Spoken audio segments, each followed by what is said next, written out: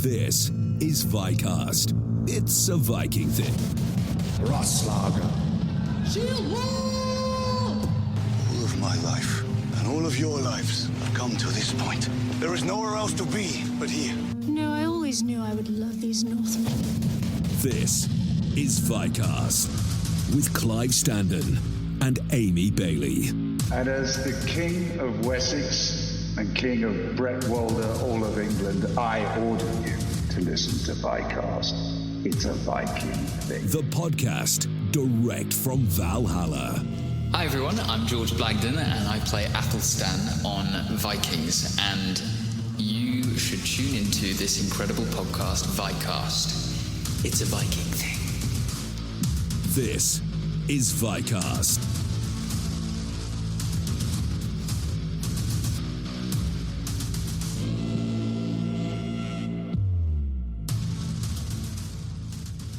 Hello and welcome to Vikcast. It's a Viking thing. This is Amy Bailey and Clive Standen. And today we are joined by Ali and Lucy Tabrizi, who are filmmakers are responsible for Seaspiracy, which you can watch on Netflix. One of the highest rated and highest watched documentaries on Netflix right now. Everybody's talking about it. They originally went out to see what human beings were doing to the destruction of marine life, and then came across some really alarming global corruption in the commercial fishing industry. How are you, Ali and Lucy? We're doing good. We're good. We're so excited to be here. We're so pumped to have you. Clive and I are huge fans of you guys, and we've just watched you on our TV. This is a great podcast. One of probably the favorite podcasts we've done. Well, let's start off by talking about Vikings and how you guys discovered the show. How long ago did you watch it, and how did you find the show? So, funny story.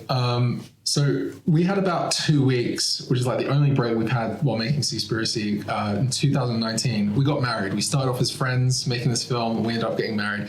But for our honeymoon, we're in Italy, and I discovered Vikings on Netflix in Italy. Well, we were staying at Airbnb. Yeah. And they happened to have Netflix. And because we didn't have the Vikings on Netflix in the UK, I understand, but in Italy it was there. So Ali put it on, and before I was like, oh my God, what is this show? Like, I'm addicted. And, it's not exactly like a honeymoon material, but we ended up like binge watching like a whole season. And so that's how we discovered Vikings. Cool. 2019, I guess we were still, the season 6 hadn't aired, but were you able to binge up until what? Probably season 5 or something? I have to be totally honest, I think we only got up to the second season. And then They were on their honeymoon, Amy. Oh, stop. That's a pretty good episode for a honeymoon. We were watching a lot of it. Yeah. But then we got back to the UK and you were looking for it and you're like, oh, it's not here. I was like, wait, I was like doing a double take. It wasn't on the UK Netflix. And then only recently I was like, oh, it's on Amazon Prime. Oh, wow. Okay. So, but yeah, I was just addicted to it. I love all that kind of like, Viking history, anything like Norse. Well, apparently I have it I'm descendant from kind of. You have some genealogy. Yeah, I've got some Danish in me and some I don't know. So I think it's kind of cool as well. It was super into it, right up our alley. What characters would you like to play and why? You go first. Probably Siggy. Yeah. Yeah. I felt like she kind of survived no matter what, especially at the beginning. But we haven't seen it. There could be some spoilers if you can. Well, I've read ahead and I know what happened. But I think for me, I think Athelstan. I think he's like an outsider, an outsider coming in. I've definitely relate to him. There's been lots of times in my life where I felt like the outsider. And he's got like a soft, kind heart, but he's like starting philosophical, and he's starting to get like a hard exterior, becoming a bit more acclimatized to like a rough dog eat dog kind of world. And I don't know, I relate to him quite a bit. Yeah, and he's our way into the show, really, isn't he? As well, Athelstan is the eyes of everything. He brings us into the Viking world. What would you see yourself as when all's said and done, and you kind of like you've hung up your filmmaking, you've hung up your camera. And your lights and your ring lights and everything, and would you feel more akin to being a farmer, a king, or a warrior? Oh my God, that's a great question. Or a seer, right? Yeah, we had to add this, or a seer. Yeah. Like we talked to Ben Utek, who was a Super Bowl winning American football player, but he chose the king. But he was saying because a king is a competitor, he wanted to win. His whole life was about winning. So he didn't mean it as an arrogant way. He just said, if I was to describe who I am, it would be a king, because that's his whole experience of training. And then we talked to Joseph Parker, who's a world heavyweight champion in boxing, and he wanted to be a farmer. So go figure. Interesting. Do you have an answer to that? I'd probably say a farmer, just because. Yeah, I'd say farmers grow some potatoes. You can have a peaceful life. No one's coming at you with an axe. That's kind of my angle, yeah. But I feel like I'd get bored. I feel like I'd need that adventure. I'd want to be like a warrior going on those boats, sailing to the west. Yeah. Like I feel like that would. I don't know. I feel like I'd be halfway between a farmer and a warrior. Kind of like Ragnar, right? Yeah. King's got too much. Like he's got loads of responsibility, loads of decision makings, and like. I feel like everyone's trying to kill you when you're a king as well. True. Yeah. That is true. Well, there's a few people chasing you around the world now. True. Yeah. Last I heard, we might not be able to go back to certain countries because of this film.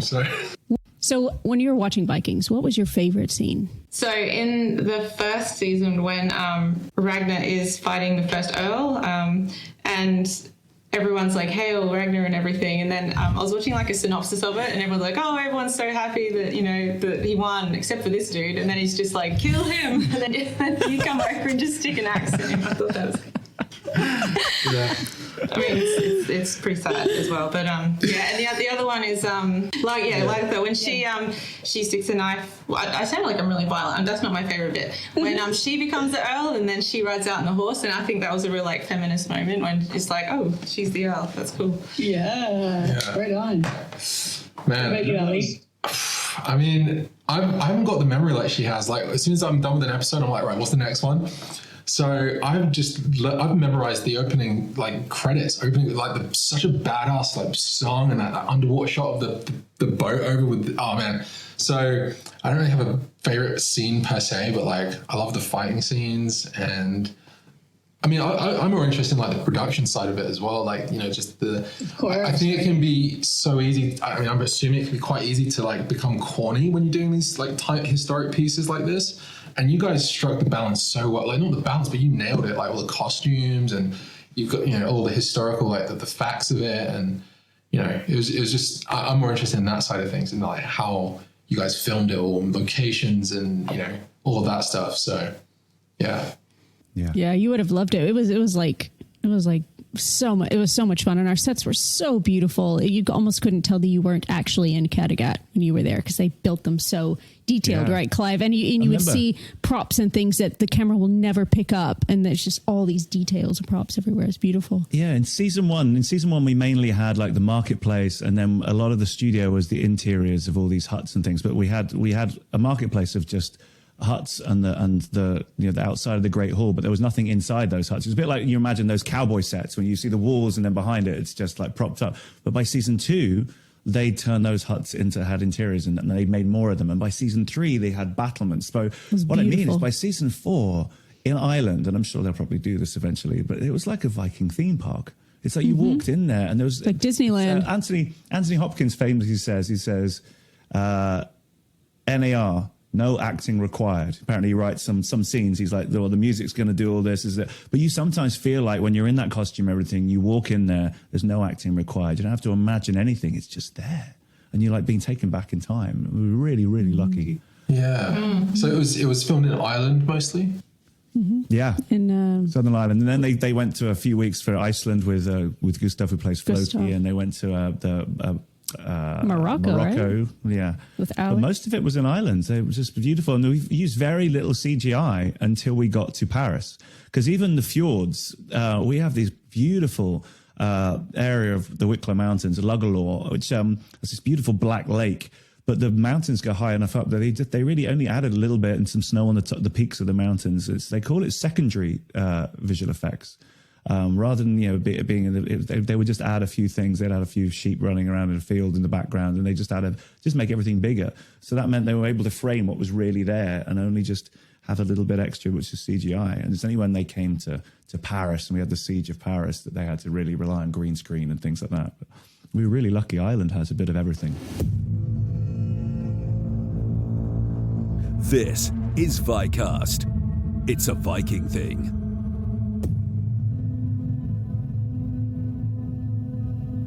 My name is Ali. And I'm Lucy, and we're the directors of the Netflix documentary Seaspiracy. Go watch it. It's a Viking thing.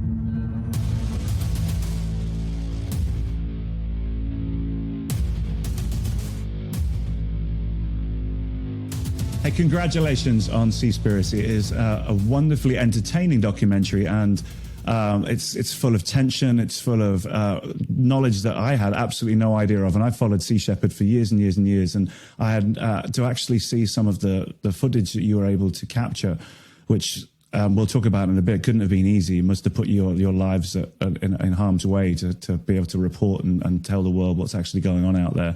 But I want to say thank you, because every one of my family's watched it now as well. And my son's watched it twice. My youngest watched it with me again last night. I've watched it 3 times now. But it's an incredible documentary, and it's rightly getting the attention it deserves. And I heard the other day it's being banned in some countries as well. Well, I don't know. I don't know about that. I mean, we've heard some things about, like, the petition that we've been running is being maybe blocked in certain countries. But honestly, we've been so busy that probably you know you're more probably than us. more up to date than we are on where it's been banned. Well, I was talking to someone from Netflix the other day. I got a friend who works at Netflix, and I think she was telling me that they're getting a lot of pressure to pull it from Netflix, and I think in China and Japan. Wow. Which means it's done its job. Yeah. Good Wow. point. We take that as a compliment, honestly. We really do. Yeah. I think documentaries have they're kind of like, I really feel like documentaries and a lot of cinema really, it's like the immune system of any industry or economic system. It's allowing that truth to come through so that we can all have a discussion as a society and go like, are we all okay with this? Are we all okay with this being who we are as human beings? And we're having like an immune response in some countries. That's the way I see it. So. But you originally set out to make a very, very different documentary. So I believe, because you're passionate about the oceans like myself, and you talk about in Seaspiracy about Jacques Cousteau, Sylvia Earle, and things. At what point did you realize you were onto something bigger than actually just exploring the oceans and kind of and going on an adventure? Yeah, I mean, we both grew up watching nature documentaries, like especially in the UK. Like David Attenborough is like our unelected official leader of the country, and we've all loved watching his documentaries and becoming passionate with these slow motion shots of dolphins leaping out the water with Hans Zimmer in the background, and just being so interested and fascinated with the underwater world. And so I'd always wanted to do that as a kid. I never in a million years thought it'd happen, but I'd love to do that. And when I started seeing these whales washing up more and more regularly on the coastline near where I lived, and finding that their stomachs were filled with plastic, and it just seemed becoming more and more common, around the world this was happening. That's really when I realized that this needed to be the rabbit hole that I went down to explore this story, as opposed to just this naive view that we all have of our abundant oceans and everything's hunky-dory there. So that's what led us down there. I was going to ask you both just personally if do either of you scuba dive? I'm from Australia. I've done a bit of diving, but none of that deep sea diving stuff, just surface level. This is a question I'm embarrassed to answer that I've never done. I've never scuba dived. And Clive, you'll notice, like around the UK, we're not known for our clear waters, and so it was kind of, when you grow up, for me, like it was like adventure was out there, another country, and if only I could just go to those places and see the wildlife there, and growing up, because I started making this film in my early 20s, and I never sort of leave college, and then there's never really an opportunity to do that, but like I'm so ready and excited to do it, and maybe one day soon. Well, I asked you because that was my way into the ocean as well. I was always afraid of what was underneath me. I'm not a great swimmer, and I would go on holiday with the kids when I was younger, and when they were a lot younger, and swim out to that rock, Dad. And I'm like, I'll do it because you don't want to show fear as a dad. So yeah, I'm gonna. But it was always like what's underneath me would terrify me, and because it is just and like you said, growing up in the UK, it's just cold, and it's it's dark, and you can't see anything. It's not like there's coral reefs underneath you. There's like lots of Nemo fish popping around you, and you're like, whoa, it's beautiful. So it was a fear of mine. But I married a woman who was a passionate swimmer, and I've always loved the ocean. I've always loved whales and dolphins and sharks and things, but it was always the fear of what was underneath me. So as soon as I actually went underwater and I did my scuba diving PADI course, and you realize, wow, it's a whole universe.